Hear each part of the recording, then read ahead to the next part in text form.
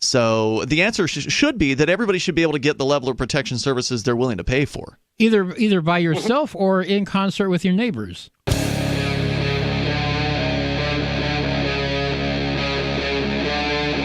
Free Talk Live. I'm genuinely curious about the libertarian viewpoint.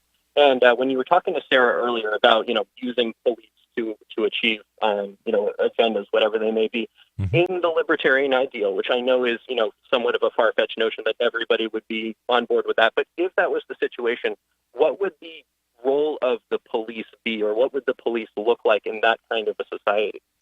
That's a good question. Yeah, a lot of people will use the phrase, and this has been bandied around for a long time, or the night watchman, the police that are actually just there to investigate crimes and to sort of be there when things go wrong, as opposed to a proactive police force that's out there looking for criminal activity, or what they perceive as criminal activity, because there happens to be a law against it. So often they're not actually looking for criminal things that the libertarians would consider criminal. They're out looking for what they consider criminal. What they consider criminal, right? By the way, we now have Michael Hampton with us on our third microphone. If you're wondering Rich Paul what has happened to morphed Rich. into Michael Hampton. What happened to Rich Paul's voice? Yeah, it is. I want to add this in here, though, because in a truly free society, we probably wouldn't have a government one-size-fits-all police force.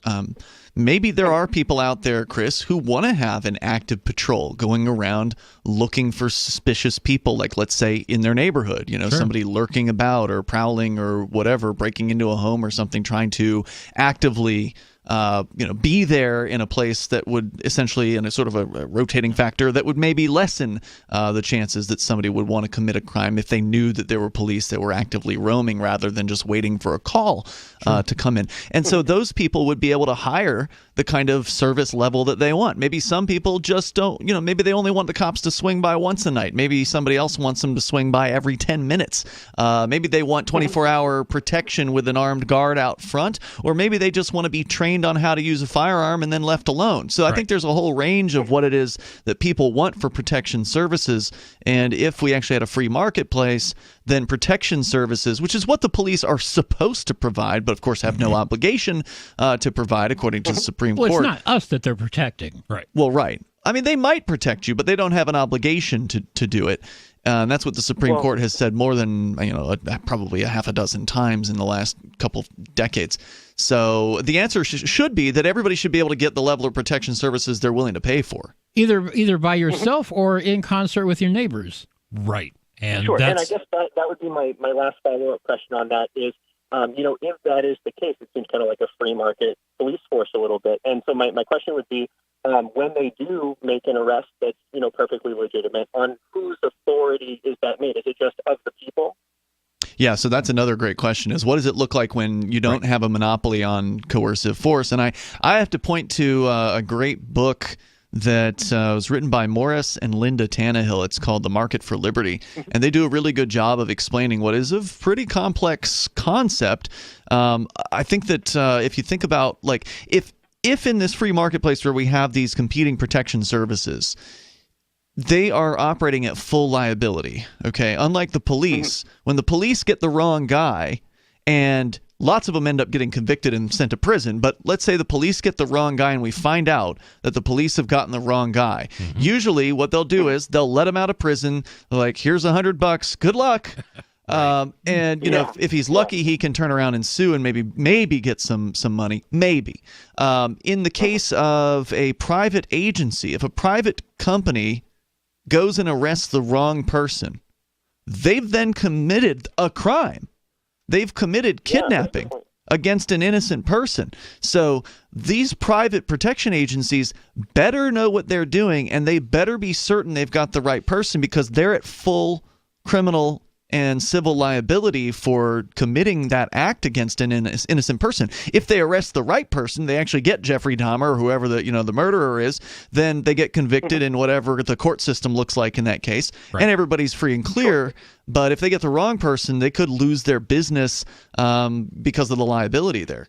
And there has to be that level of liability. There has to be that point that it makes it not worth it.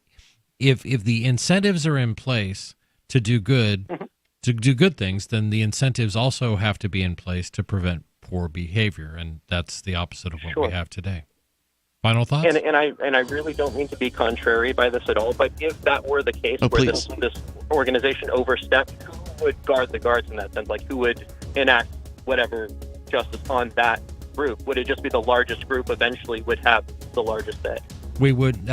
It's hard to there say. have been discussions, but I invite you to call back in. Yeah, let's look at that though when we come back. Absolutely. Thanks for the call. Thanks for the call, Tom. Absolutely. Thank you. So yeah, this question kind of came up. We had talked about what a police force may look like, Right, because we don't know in a libertarian world, and Ian shared something that has been kicked around a little bit. The idea of private security companies that would hold all. The big thing is they would hold full liability for their actions. Mm-hmm. So if they get the wrong guy, right, they've committed a crime themselves by kidnapping an innocent person. Sure, and they could be sued.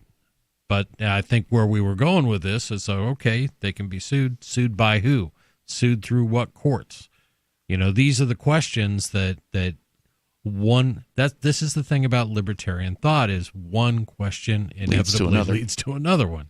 Right, because we are talking about a world that none of us have ever inhabited, a world where there are competing aspects in the world of protection services, but also in the world of justice, in the world of going to court. What does a court system look like in that world where there are choices, where there should be choices, because there will be competition between them, because we don't want a government monopoly. We don't want any kind of monopoly over important things, whether it's education or whether it's justice or whether it's policing. We know that competition brings prices down, it brings quality up. But that doesn't mean that it's perfect, right? Like, we know that in the business world, there's still corruption. There's still people doing bad things, people who are dishonest, and those people need to be outed, and they need to be held accountable for their actions. So let's talk about some of the ways that these police agencies could be held accountable, because our caller and thanks for the call, it was a great call from WLOB, I think, there in Portland, was asking, well, okay, so you've got this bad agency that did the wrong thing. They arrested the wrong person for whatever crime we're talking about. They got the wrong guy. Well, who is it that holds them accountable? Is it the next biggest agency? Are we talking about power of size? Is it the Microsoft of police that come in there? And I don't think anybody wants that. I don't think that that's what the answer would be. But how about the kind of like in the same way that if you have a plumber who's not bonded or insured, you're taking a bit of a risk. Sure. Wouldn't it probably be the case that these protection agencies would want to have some kind of protection or insurance for their actions as well?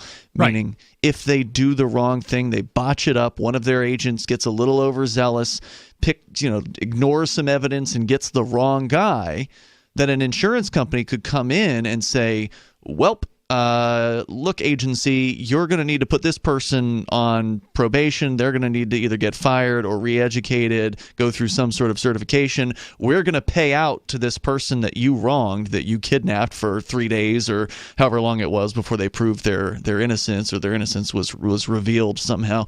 We're going to go ahead and pay that person out of this insurance policy that you've been paying on, and now we're going to raise your rates. Yep, your premiums are going up. That's one way. That's one option. Yeah, and it is, and it's an option that we kick around a lot. I've heard that one a lot. The idea that it's no different. And that's actually very similar to what already happens in some cities. Like the cops will get caught doing something, the city will have to pay out a lawsuit. That's true. And the insurance company for that city will raise their rates. Sure. It's just rare that they get caught doing things and held responsible for it. Right. And frequently governments have lots of protections to keep them from being sued, from being actually held accountable for their actions. Well, this comes back around to the first story of the night where innocent, from what we can tell, innocent people were killed in their home that they had for 20 years by cops who raided them on the say-so of an informant who supposedly went in there and bought drugs, but they couldn't find any drugs, and it was just an insane situation. I guarantee you those SWAT team agents are not going to be held accountable for their mistake, and in any way. No. Neither will that informant. Right. The idea that we have to come up with this brand new solution to every potential problem that would occur in a libertarian society, you're going to find most libertarians aren't going to try to come up with a whole new way. They're going to look at it like, the existing systems will be adapted a little bit. Right. Why reinvent the wheel? we know that the system of insurance works, and we know that that's a value for me to sell my service because I am insured, then now we're looking at this question, realizing that 75-80% of the answers are already there. It's just a question of how it would be implemented and whether people would actually pay for that level of service. Mm-hmm. And I'd love to have that opportunity. Free Talk Live, 7 nights a week from 7 to 10 Eastern, live on the Liberty Radio Network at LRN.FM.